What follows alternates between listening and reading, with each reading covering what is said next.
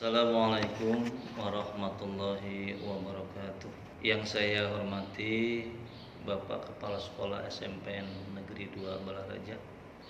Yang saya hormati Bapak Ibu Guru beserta staf TU, dan tak lupa anak-anakku yang kami cintai dan kami banggakan. Puja dan puji syukur marilah kita panjatkan kehadirat Allah Subhanahu wa taala yang telah memberikan nikmat sehat, nikmat iman, nikmat yang tak terhingga. Khususnya nikmat kita bertemu dalam rangka kegiatan masa perkenalan lingkungan sekolah atau MPLS. Anak-anakku yang kami cintai dan kami banggakan.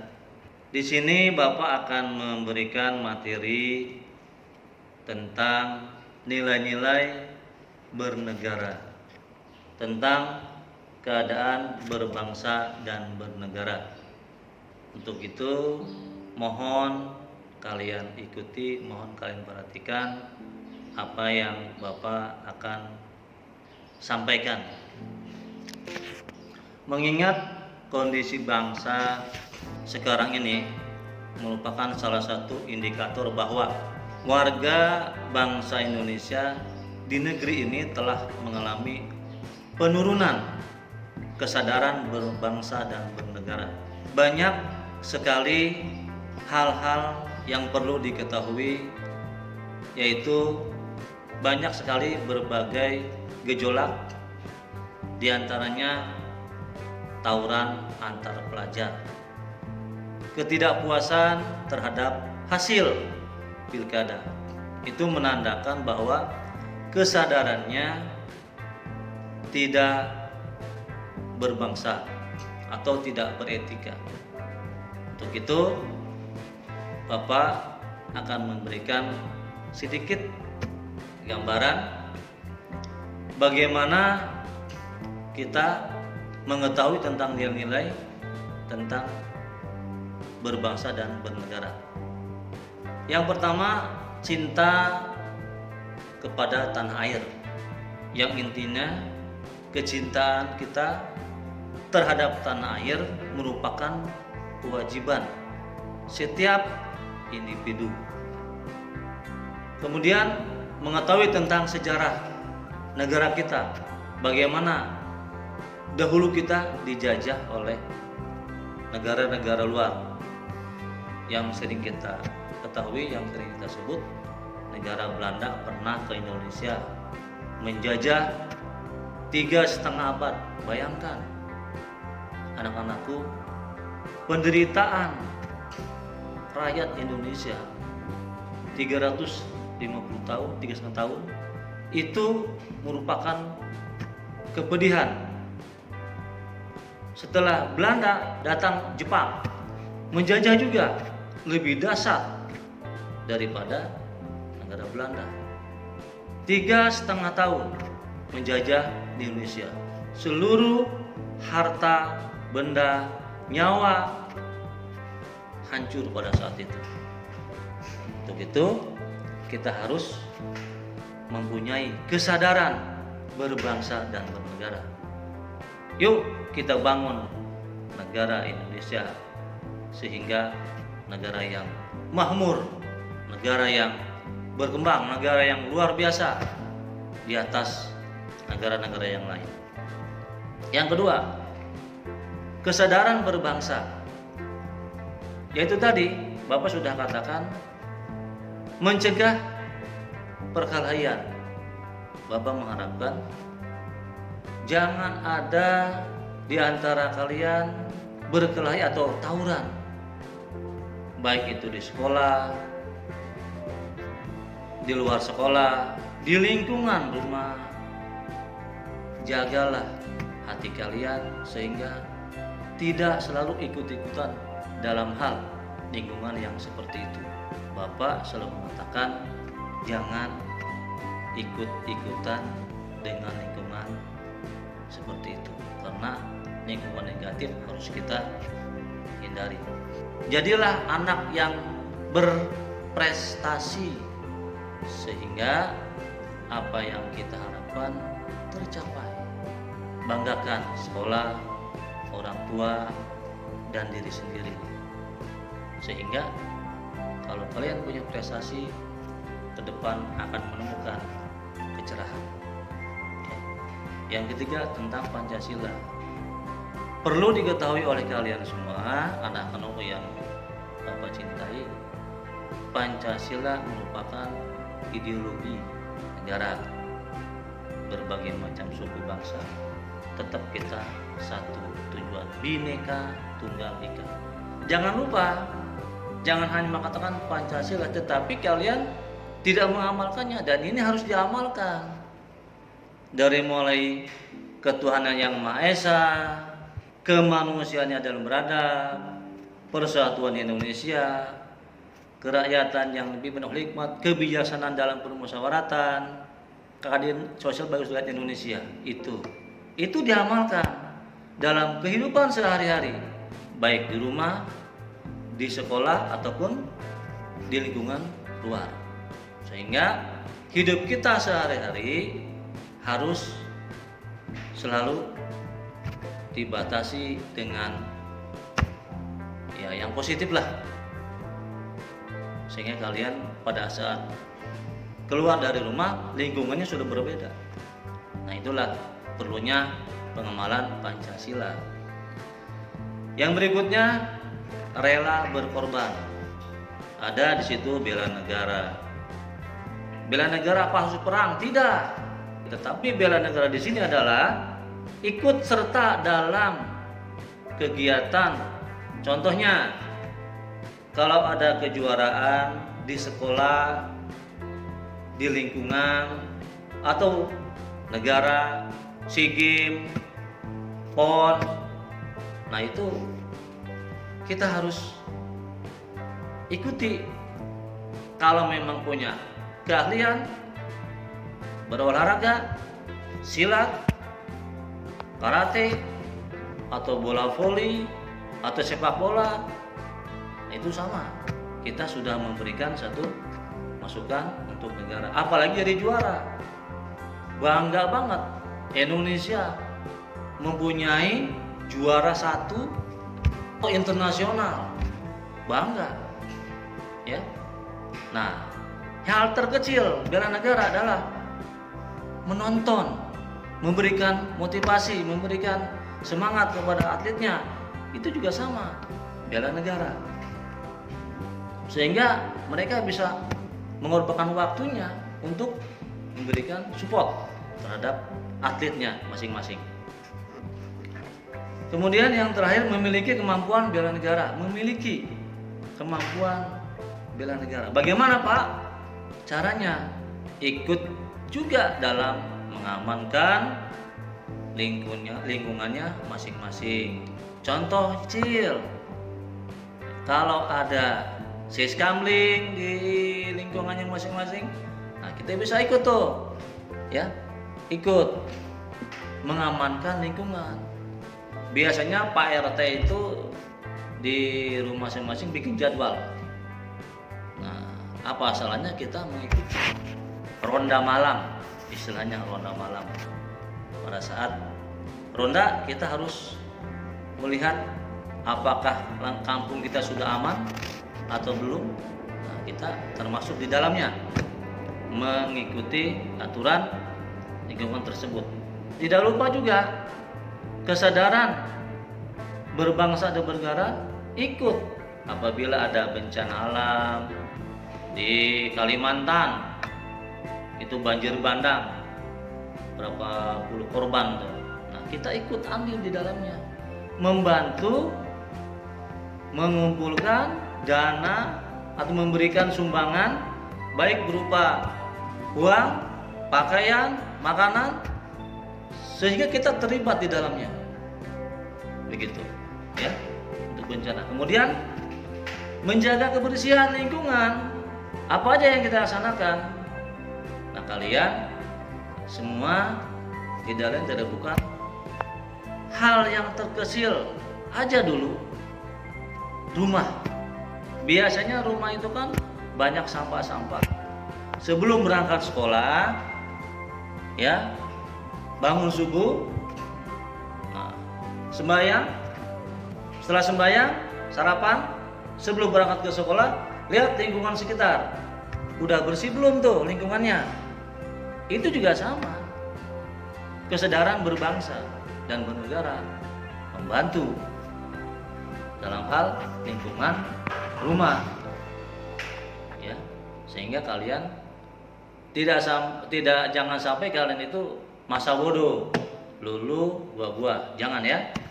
Kemudian apalagi lingkungannya, jangan sampai masuk ke dalam lingkungan pergaulan yang negatif. Contohnya narkoba. Sekarang sudah banyak nih para pelaku, para pencuri, para yang punya pikiran negatif, dia mau menghancurkan anak-anak sekolah, dia mencekoki anak sekolah, memberikan obat-obatan terhadap anak sekolah. Di SD pun sudah masuk narkoba ini. SD, SMP, SMA, bahkan perguruan tinggi. Indonesia sudah sarangnya nih, sarang. Sudah mulai banyak. Makanya kita harus cegah tuh, ya, pergaulan di luar. Jangan sampai kalian ikut-ikutan ke dalam. Nah, tadi Bapak bahas di atas itu sudah Bapak bahas tentang perkelahian. Ini berikutnya perkelahian pelajar nih. Bapak sering melihat tawuran di mana-mana. Apa penyebabnya? Hanya ketersinggungan, hanya gengsi. Kalian masih anak kelas 1, kelas 7. Bapak mengharapkan di SMP 2 nih belajar ini tidak ada yang namanya tawuran. Dan jangan coba-coba kalian ikut ke dalam lingkungan apa namanya itu, yang naik mobil tuh, numpang naik truk di jalan, nyetopin mobil truk. Pergaulan yang kurang bagus, ya. Sehingga pada saat kalian ketemu dengan sekolah yang lain, nah itulah terjadi tawuran. Bapak mengharapkan sekali lagi kepada kelas SMP 2, khususnya kelas 7, masih belum waktunya kalian berkelahi dengan SMP yang lain. Malah sebaliknya, bersahabat dengan SMP 1, SMP 3, SMP 4 dan SMP yang lainnya. Bersatu, ya, mencari solusi bagaimana nih tiap-tiap sekolah berprestasi. Tonjolkan, buat prestasi sebaik mungkin, sehingga pada saat kalian ketemu dengan sekolah lain jadi sahabat yang baik, ya. Bapak mengharapkan sekali lagi kalian harus punya prestasi baik di sekolah nasional ataupun internasional, sehingga pada saat kalian sudah mempunyai prestasi itu satu kebanggaan buat keluarga, buat sekolah dan diri kita sendiri.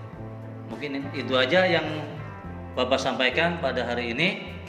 Mohon maaf apabila ada kalimat atau kata-kata yang kurang berkenan. Sekali lagi mohon dimaafkan, karena Bapak sendiri masih banyak kekurangannya. Sekian, terima kasih. Assalamualaikum warahmatullahi wabarakatuh.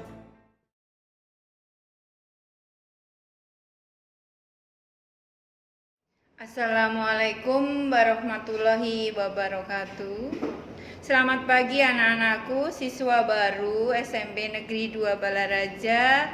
Selamat datang, selamat bergabung menjadi keluarga besar SMP Negeri 2 Balaraja. Di sini Ibu akan memberi materi untuk materi MPLS, yaitu belajar secara efektif selama pandemi COVID-19 ini. Selama pandemi COVID-19 ini, guru bidang studi tidak bisa menyampaikan materi secara langsung. Jadi, guru bidang studi menyampaikan materi akan disampaikan secara online atau daring. Guru akan memberi materi dan sekaligus tugas lewat grup WA kelas kalian masing-masing. Ada juga yang melalui Google Classroom dan seterusnya. Nah, bagaimana kalian menyikapi pembelajaran secara online ini di rumah? Karena kalian tidak bisa bertatap muka secara langsung dengan guru bidang studi tersebut. Untuk menyikapi seperti ini, kalian bisa belajar. Yang pertama, kalian bisa belajar secara kelompok. Kalian bisa buat grup-grup kecil, pakai WA bisa, untuk bisa menangkap atau bisa mengerjakan tugas yang diberikan guru bidang studi tersebut. Tapi kalau tidak bisa ketemu langsung sama teman secara kelompok, bisa lewat media sosial, ya. Yang kedua, kalau kalian masih mengalami kesulitan belajar di rumah, kalian bisa bertanya sama kakak kalian yang pendidikannya atau pengetahuannya di atas kalian. Bisa juga kalian bertanya sama orang tua kalian. Kalau kalian masih bisa mengalami kesulitan belajar lagi, kalian bisa. Yang ketiga, kalian bisa menjabri lewat WA atau lewat media sosial yang lain kepada guru bidang studi yang memberi materi tersebut. Ya, kalian bisa, Bu atau Pak, saya mengalami kesulitan yang seperti ini. Kalian boleh menjabri guru bidang studi tersebut. Kalau kalian mengalami kesulitan, boleh menjabri secara langsung. Tapi ingat, jabrinya ingat waktu, ya, karena guru bidang studi tersebut juga punya keluarga. Jadi jam-jam sekolah kalian bisa menjabri ke guru bidang studi tersebut. Kalian bisa bertanya kesulitan-kesulitan apa yang kamu alami di rumah. Kalau kalian masih belum bisa mengerti lagi, yang keempat, kalian boleh datang ke sekolah menemui guru bidang studi tersebut. Tetapi ingat, kalau datang ke sekolah harus mentaati protokol kesehatan, karena tidak boleh ada pertemuan secara langsung. Kalau tidak melalui protokol kesehatan, boleh kalian ke sekolah datang bertanya ke guru tersebut. Kalau kalian mengalami, kalau benar-benar tidak bisa, boleh kalian bertanya. Yang penting kalian harus ikuti aturan-aturan yang ada di protokol kesehatan, karena Indonesia atau kita masih mengalami pandemi COVID. Kalian sering melihat di TV bahaya-bahayanya seperti apa, gitu ya. Jadi kalian boleh 4 hal ya tadi ya, boleh kalian lakukan. Pertama, belajar secara kelompok lewat medsos. Yang kedua, bertanya yang lebih pada keluarga kalian, kakak, bapak. Yang ketiga, boleh jabri gurunya juga. Yang keempat, boleh bertanya langsung. Yang berikutnya, harus kalian disiplin. Tugas-tugas guru yang diberikan secara langsung kerjakan, jangan sampai menumpuk-numpuk lah istilahnya. Nanti kalau numpuk-numpuk jadinya tugas itu banyak dan sekalian semakin bertumpuk-tumpuk tugasnya. Kalau semakin disiplin, dikerjakan, belajar walaupun secara online, enjoy, senang, mantap, tidak perlu kalian jadi stres di rumah, ya. Itu saja mungkin yang Ibu akan sampaikan. Semoga nanti kita bisa belajar kembali secara langsung setelah COVID-19 ini berakhir lah. Nanti kita bisa bertatap muka secara langsung, guru bidang studi bisa menyampaikan materi, kalian bisa duduk di dalam kelas. Itu saja yang Ibu akan sampaikan. Mohon maaf kalau salah ya. Wassalamualaikum warahmatullahi wabarakatuh.